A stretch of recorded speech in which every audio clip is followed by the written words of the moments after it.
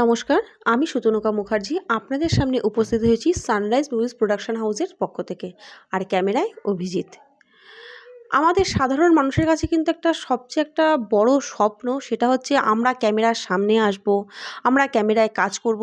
Camera কী সেটা আমাদের কাছে কিন্তু একটা স্বপ্ন। আমরা কিন্তু সবাই চাই ক্যামেরার সামনে দাঁড়িয়ে দুটো কথা বলতে, তাই না? কিন্তু আমরা জানি না যে ক্যামেরার ভাষা কী।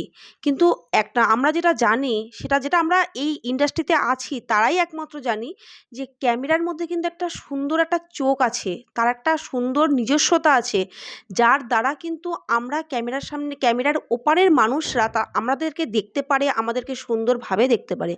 কিন্তু সাধারণ মানুষরা কিন্তু এই জিনিসটা জানেই না যে ক্যামেরার নিজস্ব একটা চোখ আছে, যেই চোখ দিয়ে সে প্রত্যেকটা মানুষকে ফুটিয়ে তোলে। কিন্তু সেটা আজকে কিন্তু আমরা জানবো একজন খুব আমাদের কাছের মানুষকে। তার নাম ডিওপি নয়নমণি ঘোষ। তাকে আমরা পেয়ে গেছি আমাদের আজকে সানরাইজ নিউজে। শুনবো তার জীবন কাহিনী, শুনবো কী করে তার এখানে আসা, কী করে পথ চলা। উনি আমাদেরকে জানাবেন ক্যামেরার বিভিন্ন ভাষা, বিভিন্ন কথা, কিভাবে ক্যামেরার দিকে তাকালে আমরা দেখতে পাই নিজেদেরকে ভালো সুন্দর করে মানে চলতে হবে, সেগুলো উনি আমাদের প্রত্যেক কিছু শেখাবে। চলুন আজকে আমরা ওনার সাথে কিছু আড্ডা মারি, কিছুটা কথা বলি, ওনার সম্পর্কে কিছু জানি। নমস্কার দাদা। নমস্কার। আপনার নাম? আমার নাম নয়নমণি ঘোষ। আচ্ছা। দাদা, আজকে আপনার সঙ্গে কিন্তু আমরা কিছুক্ষণ টাইম কাটাবো, আপনার থেকে অনেক কিছু আমরা জানবো।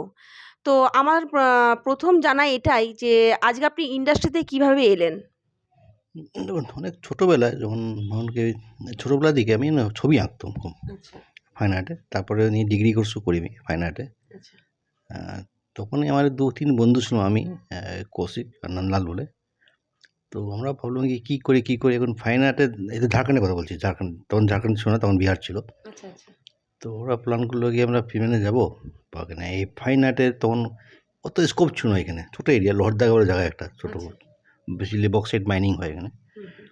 তো কী করবো না, আমরা ফিল্ম লাইনে যাই। ফিল্ম লাইন যাবো কী করে, কিছু আইডিয়া নাই, ঘরে পারমিশন পাবো কি পাবো না, এক কথা ছিল একটা। তো যাই হোক, তো আমরা পকেট মানি কিছু এই করে আমরা একটা ওখানে পেপার আছে, রাঁচি এক্সপ্রেস বলে, আচ্ছা, ওনাকে একটা চিঠি দিই আমরা কি আমাকে ইন্ডিয়ায় যারা ট্রেনিং ইনস্টিটিউট আছে আমাকে পাঠানো হোক। আচ্ছা, আচ্ছা, তো আমরা বিভিন্ন জায়গাতে পাঠাইছি, আমরা পাঠানোর পরে আমরা একটা সিলেক্ট করে নিয়ে সবাইকে চিঠি লিখি। তখন তো মিলছিল না, চিঠি লিখতে হতো। তো কিছু রিপ্লাই করে ওখান থেকে একটা ইনস্টিটিউট ফাইনাল করে যাবো।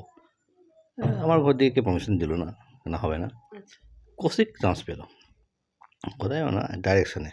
আচ্ছা, তো ও তার আগে স্টিল করতো, ভালো স্টিল ফটোগ্রাফার ছিল আচ্ছা, কৌশিক। তো ডাইরেকশনে চান্স পেল, ডাইরেকশন ঢুকে গেল।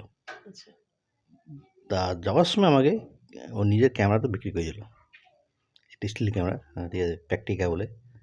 তো ওইখান থেকে আমার মানে ভিজুয়াল আর্ট মানে মিডিয়াম তো চেঞ্জ হলো, ফাইন আর্ট দিকে ফটোগ্রাফিতে ইন্টারেস্ট বাড়লো। আচ্ছা, তো ওরা করার পরে কৌশিক তারপরে বোম্বে যায়, বোম্বেতে কাজও চালু করে, লেগে যায়। তো তখন বাবাকে অ্যাপ্রোচ করি। তো ও বলেছে নাকি না ভালো, আমি আছি, করো। তো তখন এগ্রি করে, তারপর আমি ইনস্টিটিউটে যাই ট্রেনিং করার পর বোম্বেতে। আচ্ছা, বোম্বেতে কাজ করে, বোম্বে করলাম, তাই বোম্বে পর দিল্লিতে কাজ করার পরে সাউথে কিছু কাজ করলাম, কন্নড় ফিল্ম। এখন কলকাতায় কাজ করছি, এরকম করে আসা। আচ্ছা, আচ্ছা। তো এর মানে অনেক কিছু তো পেশা ছিল। যেমন ডাক্তারি কিংবা ইঞ্জিনিয়ারিং, অনেক কিছু এরকম ছিল। তা এ সমস্ত ছেড়ে আজকে ইন্ডাস্ট্রিতেই মানে এভাবে এলেন কেন? মানে ইন্ডাস্ট্রিতেই কাজ কেন আপনার? ইন্ডাস্ট্রি প্রথম ভাবি নাই, কিন্তু একটা কনফার্ম ছিল কি আমি কোনো চাকরি করতে পারবো না। আচ্ছা। আমি আর্ট লাইনে, আমি যেহেতু বলতাম ছবি আঁকতাম। হুম, তো আমার প্রথম দিকে শখ ছিল কি কোনো একটা ক্রিয়েটিভ কিছু করবো। আচ্ছা।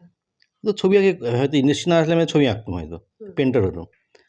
তখন পেন্টারে খুব বেশি স্কোপ কিছু নাকি, পেন্টারে কী করতে পারবো, টিচার হবো, নাহলে টিউশনি কাউকে পড়াবো, এটা ছবি আঁকা, তাদের বেশি কিছু হবে না, ভাবে কোনো প্যানেল পেন্টিং করবো, তাদের বেশি কিছু হতো না। আচ্ছা। খুব বড় আর্টিস্ট হবো এখানে তো স্কোপই ছিল না। হুম, তো তখনই আমরা ভাবলাম কি আমাদের এই লাইনে খুব ভালো একটা আছে, আমরা ফিল্ম লাইনে যেতে পারি, আচ্ছা, ভিজুয়াল আর্টে, যে কোনো ক্যামেরাতে আসা আচ্ছা, আচ্ছা, এটা খুব প্লাস পয়েন্ট। আমার এই ফাইন আর্ট আমার ক্যামেরা খুব বেশি হেল্প করেছে। আচ্ছা, আচ্ছা, আচ্ছা। যেহেতু আমার একই মিডিয়াম, একই জিনিস, হুম, অনেকটা হেল্প করেছে। আচ্ছা। তো আমাদের ইন্ডাস্ট্রি তো খুব টাফ একটা জায়গা। তো এখানে তো আমাদের আসাটা মানে টাইম আছে যে এই টাইমের মধ্যে আমাদের আসতে হবে। কিন্তু যাওয়ার কোনো টাইম লিমিট নেই। তো সেখান থেকে হতেও পারে যে মানে আমাদের হোল নাইট শ্যুট হতে পারে, কিংবা আমি আগে যেটা শুনেছি আগে 24 আওয়ার্স আগে শ্যুট হতো। এখন যেমন একটা টাইম লিমিট হয়ে গেছে 14 আওয়ার্স।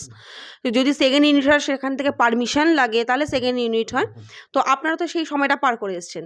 তো 24 আওয়ার্স শ্যুটিং। তো সেখান থেকে ইন্ডাস্ট্রিকে সময় দিয়ে আপনি আপনার পরিবারকে কী করে সময় দিয়েছেন? দেখুন, ইন্ডাস্ট্রি টিকে থাকতে গেলে পরিবারের সাপোর্ট খুব দরকার, নাহলে থাকতে পারবেন না। আমি 3 বন্ধু কথা বলছিলাম না, আমরা 3 জনই আমরা বোম্বে যাই। আমি, কৌশিক আর নন্দলাল। নন্দলাল এইটার কাজ করছে, অনেক ফিল্মে কাজ করেছে, লাগান করেছে, পিঞ্জার করেছে। তো ও আজকে এই লাইনে নেই, অনলি ফর ফ্যামিলি। কেন ওয়াইফ পছন্দ করতো না দিনের কাজ করা, এবার আসতে পেতো না, এবার লাস্ট লাইন ছেড়ে কৌশিক আছে, আমি আছি। কৌশিক এখন ভালো ডাইরেকশনে কাজ করে। এক বিবাহ এসা ভি করেছে ও, ডাইরেকশন।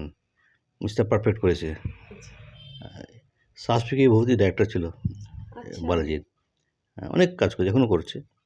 তো ও খোল করেছে, যেহেতু সাপোর্ট, ফ্যামিলি সাপোর্ট করলো, ওয়াইফ সাপোর্ট করলো, গাঁ করো, আমার সাপোর্ট করেছে যে তুমি করো, আমি আছি, আমি দেখে নিচ্ছি। তো এর সাপোর্ট তো খুব দরকার, কারণ এখানে তো মানে ফ্যামিলিকে প্রচুর স্যাক্রিফাইসও করতে হয়, তাই না? 100% করতে হয়। আমাদের কোনো যখন এই কোনো ফেস্টিভ্যাল হয় না, পুজোয় যেতে হবে, এবার বিয়ে বাড়ি যেতেই হবে, হয়তো চান্স পাওয়া যায় না, সময় পাওয়া যায় না, রাগারই হয়। ঘরে মা বাবার আগে আমি এবার আসিস পুজোতে কী করবো, কিন্তু করা থাকে না, এটা ম্যানেজ করতে হয়। কিন্তু সবাই বুঝে এই জিনিসটা, এখন আস্তে আস্তে বুঝে নিয়েছে। সেটাই। তো আপনার কাছ থেকে আমি বারবার করে বলিউডের কথাটা শুনছি। তো সেই কারণে আমার এই কোয়েশ্চেনটা করতে ইচ্ছা করছে যে আপনি কি শুধু বাংলা মুভিতেই কাজ করেছেন? নাহলে আপনি নাকি সাউথের কোনো মুভি কিংবা বলিউডেও কোনো কাজ করেছেন? যদি আমাদের দর্শককে একটু জানান।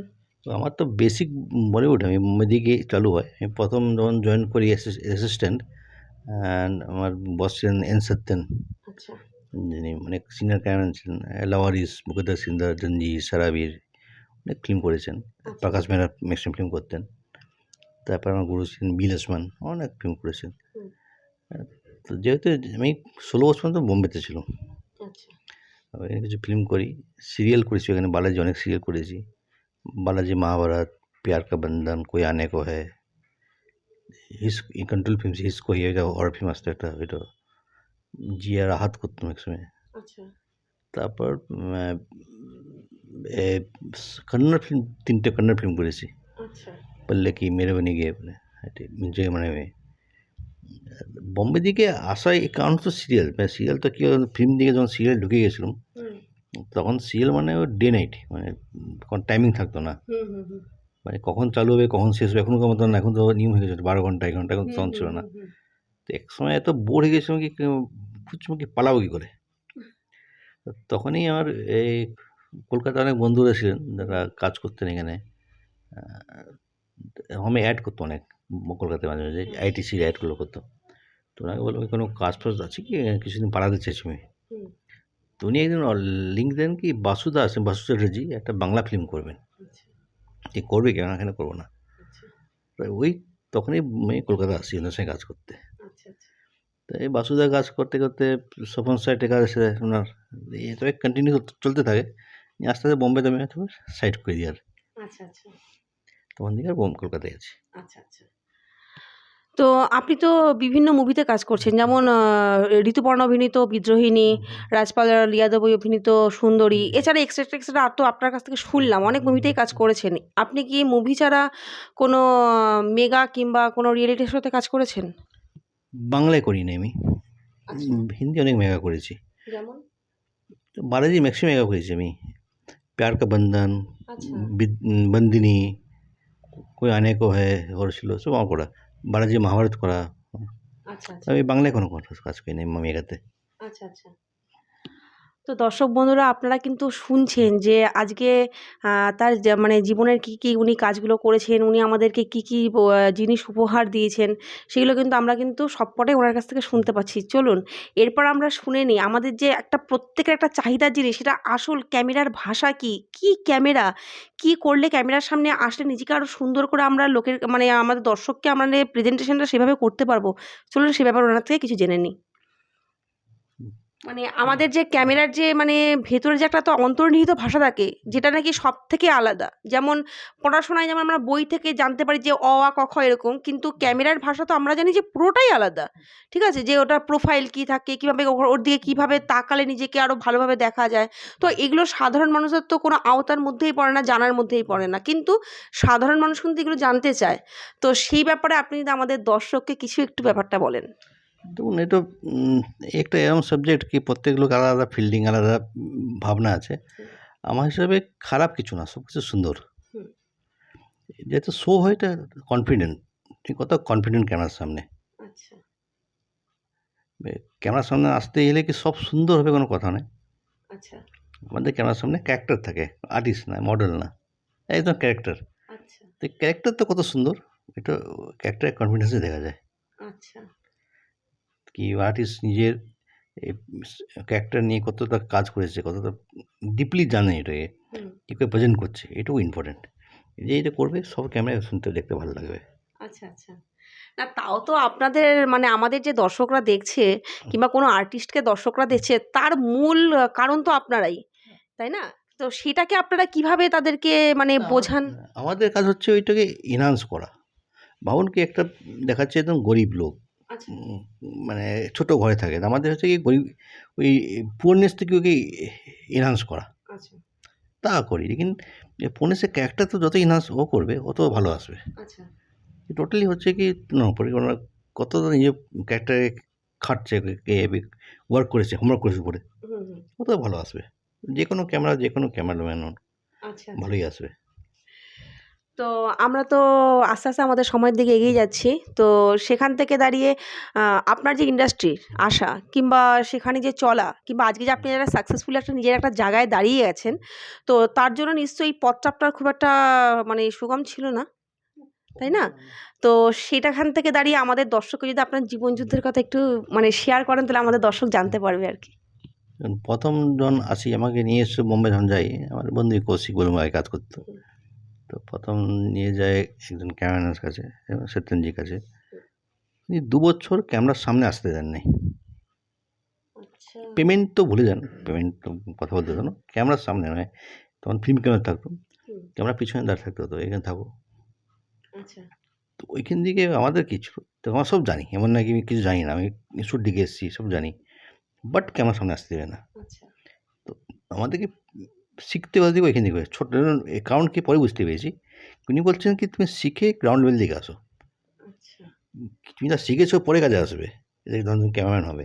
আচ্ছা। এখন তোমাকে প্র্যাকটিক্যাল নিচে থেকে শিখতে হবে। হুম। কি লোডিং কী করতে হয়, সেটিং করতে হবে। কেয়ারটেকার থাকতো আমাদের, ক্যামেরা কেয়ারটেকার, ওদেরকে বুঝায় ফুজায় বা এটা লোডিং করবে, লোডিং করতে হবে কী হ্যাঁ, করে। হ্যাঁ। তাও চেক করতে হচ্ছে, হাত মনে থাকলে থাপ্পড় মারতো। বাবা! 2 বছর মনে আছে, 2 বছর উনি পেমেন্ট চালু করেননি আমার। 2 বছর একদিন ডাকলো, যে ভালো কাজ করো, তোমাদেরকে 300 টাকা পার ডে দেবো আমি আজ থেকে। আচ্ছা, আচ্ছা। ঠিক আছে, মানে 300 টাকা দেয় আমাকে। ওই টাকা আমি অনেকদিন রেখে দিয়েছিলাম পরে, খরচা করিনি। তো স্ট্রাগল তো হিউজ। এখন তাও অনেক ফিল্ড এসে গেছে। এখন আপনি ভিডিও আছে, ফিল্ম আছে, ইউটিউব আছে, বিভিন্ন টাইপের কাজ হয়। আচ্ছা। তখন তো এত ছিল না, সিরিয়াল ছিল, ফিল্ম ছিল। হুম, হুম। আর সেই ফিল্মে তো নেগেটিভে তো মানে ঢোকা মানে বিশাল ডিফিকাল্ট ছিল, কি আচ্ছা। পাত্তা যেত না। তাই না, খাটনি ছিল হিউজ। আমাদের বস আমাদেরকে প্র্যাকটিক্যালি শেখাতেন সব। আচ্ছা। মানে যখন অ্যাসিস্ট্যান্ট ছিল আমাদের, কাজ করার পর খালি শুটিং না, শুটিং পরে ল্যাব যাওয়া, ল্যাবে কী হয় কী না, এগুলো অনেক কাজ দিতে পারে। আচ্ছা। যখন আমরা মেন কাজ করলাম, তো এগুলো প্লাস পয়েন্ট। আর লড়ে যেতে হবে, হারলে হবে না। আচ্ছা। হারলে খুব ডিফিকাল্ট। ওই শর্টকাট এই লাইনে নাই কি আমি আজ গেলাম কাল হয়ে যাবো। হ্যাঁ, হ্যাঁ, তা তো একদমই শর্টকাট তাই। হতে 1 ঘন্টা 2 ঘন্টা হতে পারে, একটা কাজ হতে পারে, দুটো কাজ হতে পারে। হ্যাঁ। লং রান যেন শর্টকাট হয় না। আপনাদেরকে আপডেট রাখতে হবে, প্রত্যেক দিন আপডেট রাখতে হবে কী আসছে, কী টেকনোলজি আসছে, ওয়ার্ল্ডে কী হচ্ছে, আচ্ছা। এটা খুব দরকার আজকে ডেটে। আর প্রত্যেক সপ্তাহে ক্যামেরা চেঞ্জ, প্রত্যেক সপ্তাহ। আজকে এই ডিজিটাল ক্যামেরা, আজ এ কাল এ পরশু এ মডেল চেঞ্জ, টেকনোলজি চেঞ্জ। তা আজকাল ডেটে টিকে থাকতে গেলে নিজেকে আপডেট রাখতে হবে। একদমই তাই। একদম। তো আপনি তো ইন্ডাস্ট্রিতে আছেন আজ অনেক দিন। তো সেখান থেকে বিভিন্ন এখন মানে অনেকে আছে যারা ইনস্টিটিউট খুলে বসেছে। তাই না? তো সেখান থেকে তো ইনস্টিটিউট নামে এখন তো আমরা যেটা জানি যে সেখানে প্রত্যেকটা মানুষ ব্যবসায়ের একটা জায়গা করে নিয়েছে। সেখানে সাধারণ কিংবা গরিব সেখানে কিছু তারা বোঝে না। সেখানে তারা একমাত্র বোঝে তোমরা টাকা দাও, অভিনয় শেখো। ঠিক আছে? তাও প্রপার অভিনয় সেখানে সেখানে ঠিকঠাক করে শেখা হয়ও না। তো আপনি তো এরকম বিভিন্ন ইনস্টিটিউটে মানে সেখানে শিক্ষকের কাজ করেছেন সেখানে, তাই না? সেখানে ক্লাসও নিয়েছেন। তো সেখানকার জায়গার সাথে আজকে আমাদের সানরাইজ মুভিজ কিংবা সুরজের আজকে কি মানে পার্থক্যটা সেটা যদি আমাদের দর্শককে একটু বলেন। দেখুন, বললেন আপনি কি এখানকার 80 কি 90% কি বেশি ইনস্টিটিউট যারা আছে ম্যাক্সিমাম হচ্ছে টাকা কামানোর জন্য বসে আছে। হুম। যে কারণে আমি কোনো ইনস্টিটিউটে এরকম খুব জেনারেলিস্ট আমি যাই না শেখাতে। আচ্ছা। খুব কম জায়গায় যেখানে একটু জেনুইন মনে হয় এখানে যাই। আচ্ছা। সুরজ যখন বলে অ্যাপ্রোচ করে ভাই তুমি করো, আমি তখন বলে আমি একটু ফ্রিতে করছি, আমি এবার আমি এই করছি, তখন খুব ভালো লাগে। চলো কিছু শেখাবার ইচ্ছা আছে কি আগে একটা টিম তৈরি করবে, একটা গ্রুপ তৈরি করবে, একটা লোকের একটা এগো যারা আগে এডুকেটেড থাকবে, তখন মনে হয় হ্যাঁ 100%। আমি শেখাবার জন্য কখনো আমি করি না। যখন আসো তুমি যে কোনো খুব ভালো হলো আমার সুরজ এটা একটা চেষ্টা করছে। আমি আছি, আরও অনেকে আছে যারা বড় বড় ফিল্ডে নিজের ফিল্ডে এখানে শেখাচ্ছে। সবাই খুবই ভালো, খুব প্লাস পয়েন্ট, যারা শিখছে খুবই প্লাস পয়েন্ট। তো সিনিয়র লোকরা আসছেন শেখাতে, খুবই প্লাস পয়েন্ট, খুব ভালো জিনিস এটা। তো আপনার কি মনে কখনো কি মনে কখনো প্রশ্নও জেগে গেছে যে সুরজের মধ্যে কিংবা এই সানরাইজ মুভিজের মুভিজ প্রোডাকশন হাউসে কোনো যে জালিয়াতি কিংবা সেখানে কোনো রকম কোনো কাউকে কিছু ঠকানোর কিছু ব্যাপার আছে কিংবা সুরজ কাউকে ঠকাতে পারে সেরকম কিছু কি আপনার মনে হয়েছে? সেটা যদি আমাদের একটু দর্শককে প্লিজ বলেন এই সম্পর্কে। সুরজকে আমি চিনি হয়তো আজকে হলো 6-7 বছর হলো, মনে হয় বেশি তার। আচ্ছা। আমি কখনো মনে হয় না আচ্ছা। এটা আমার কি মানে যারা শেখাতে আসছেন কাউকে মনে হয় না, তারা কেউ আসছেন না। যারা এখানে আসছেন যত সিনিয়র লোকরা আসছেন শেখাতে, আর মনে হয় না কেউ যদি একবারও মনে হতো কি এখানে কিছু এরকম চিটিংবাজ কাজ হচ্ছে, কেউ আসতেন না। ঠিক আছে, এই তো 100% শিওর কি সবাই এখানে জেনুইন জায়গায় যেখানে জেনুইন শেখানো হচ্ছে, যে কোনো সবাই আসেন যে এক্সপিরিয়েন্স শেয়ার করেন এখানে। আমাদের সানরাইজ মুভিজের স্টুডেন্টদের জন্য এবং দর্শকদের জন্য আপনি আপনার ক্যামেরা সম্পর্কে মানে ছোট্ট কি বার্তা দিতে চান যেটা আমাদের দর্শক নিতে পারে কিংবা তার আমাদের স্টুডেন্টদের জন্য খুব উপকার হয় সে ব্যাপারে কিছু একটু বলেন, জাস্ট একটা ছোটো বার্তা। বার্তা কিছু না, আমি সবসময় বলি কি নিজেকে আপডেট রাখা। আপডেট রাখুন কি দুনিয়া কী হচ্ছে, কী কাজ হচ্ছে, কীরকম কাজ হচ্ছে, আর যার সঙ্গে কাজ করুন মেনে চলুন কি ওনার কাছে কিছু শেখার আছে। সামনে যেই ক্যামেরাম্যান থাকুন, যেই ডাইরেক্টর থাকুন, চেষ্টা করুন ওনার এক্সপিরিয়েন্সকে গেইন করা। আচ্ছা। কথা বলুন, ওনার এক্সপিরিয়েন্সকে জিজ্ঞেস করুন কী করলে ভালো হয়। সবসময় ওনাকে হেল্প করবেন। সবাই ভালো, সবাই হেল্প করবেন। এই জিনিসটা করবেন, দেবে যদি আপনি ভাবেন আমি সব শিখে গেছি, সব আমি সব জানা, কখনো আগে বাড়তে পারবেন না। যখন কাজ তো করে সবাই কাজ করবে, যেই ফিল্ডে যায় সবাই এটা কোনো সময় যে ক্যামেরাম্যান থাকে, অ্যাসিস্ট্যান্ট ক্যামেরাম্যান, অ্যাসিস্ট্যান্ট ডাইরেক্টর হয়তো বিজি থাকবে। জিজ্ঞেস করা কি আমার কী ভালো হলো, আমার কী উইক পয়েন্ট, আমার কী করলে ভালো হয়। তো ওই সময় ওনারা অনেক হেল্প করবেন, তুমি এই করলে ভালো হয়, এইটুকু করো, এইটা মনে হচ্ছে তোমার একটা উইক পয়েন্ট। ওই সময় নিজেকে ক্রিয়েট করে, এটা খুব ভালো জিনিস। সবসময় একটু কথা বলা ফিল্ডে যে যখন শুটিং করবে। তো আমরা আজ দাদার থেকে অনেক কিছু জানতে পারলাম। তো দাদার জীবন কাহিনী কীভাবে ক্যামেরাকে নিজেকে মানে সামনে আনতে হয় কিংবা কীভাবে ক্যামেরার সামনে কাজ করতে হয় সেগুলো আমরা কিন্তু সবটাই জানতে পারলাম দাদার কাছ থেকে। ধন্যবাদ দাদা আপনাকে। তো দর্শক বন্ধুরা, আমি একটা কথাই বলবো যে যদি আপনাকেও ক্যামেরার সামনে আসতে হয় এবং নিজেকে সাধারণ থেকে অসাধারণ করে তুলতে হয় তাহলে সবার আগে জানতে হবে ক্যামেরার ভাষা, ক্যামেরার সেন্স এবং অভিনয়ে থাকার দক্ষতা। সবে মিলে কিন্তু একজন অভিনেতা কিংবা অভিনেত্রী কিন্তু মানে হয়ে ওঠে। তো সেটা কিন্তু খুব একটা সহজ কাজ নয় এবং সেটা আজকে অতি সহজ আরও করে নিয়ে এসছে, সেটা হচ্ছে সানরাইজ মুভিজ প্রোডাকশন হাউসের সুরজ 3 মাসের ফ্রি অফ কস্টে একটা ফ্রি অভিনয় শেখার সুযোগ বিভিন্ন মানে অভিজ্ঞ শিক্ষক শিক্ষিকা দ্বারা কিন্তু এখানে কিন্তু তারা ক্লাস নিচ্ছেন ফ্রি অফ কস্টে। আপনারা তাদের ক্লাসগুলো কিন্তু পেয়ে যাচ্ছেন। সেখান থেকে আর দেরি না করে প্লিজ তাড়াতাড়ি চলে আসুন গড়িয়াতে নেমে কিরণ গলিতে এবং সেখানে এসে সুরজকে একটা টুক করে ফোন করুন, করে চলে আসুন ফ্রিতে অভিনয় শিখতে। তো আজকের মতো নমস্কার, আসছি।